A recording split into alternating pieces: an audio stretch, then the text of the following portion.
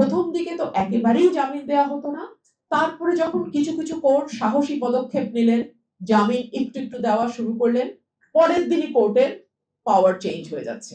আমাদের 5ই অগস্টের পর আজকে মে মাস 2026, 2 বছর অলমোস্ট পার হয়ে গেছে।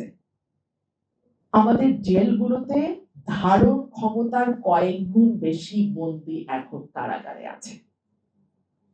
জামিন তো কোনো পার্মানেন্ট রিলিফ না, জামিন তো খালাস না, মামলা থেকে অব্যাহতি না।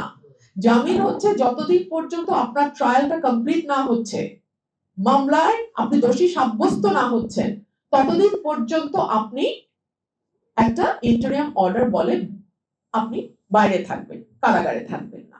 কারণ পরবর্তীতে যদি আপনি নির্দোষ প্রমাণিত হন, আপনার এই যে বছরের পর বছর কারাবাস। প্রাণ ফ্রুটো, সময় অসময় ফ্রুটোময়। এই সময়টা আপনাকে রাষ্ট্র কিভাবে ফিরিয়ে দেবে, সে কারণেই জামিন দেয়া হয়।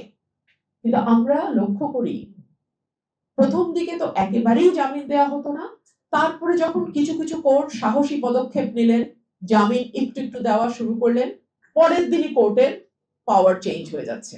ওনাকে আর জামিনের এখতিয়ার না দিয়ে অন্য কোনো এখতিয়ার দিয়ে তাকে অন্য একটা পাওয়ার দিয়ে দেওয়া হচ্ছে। এগুলো কি আদালতের উপর একেবারে শক্তভাবে নির্বাহী বা সরকারের কর্তৃত্বকে প্রমাণ করে না?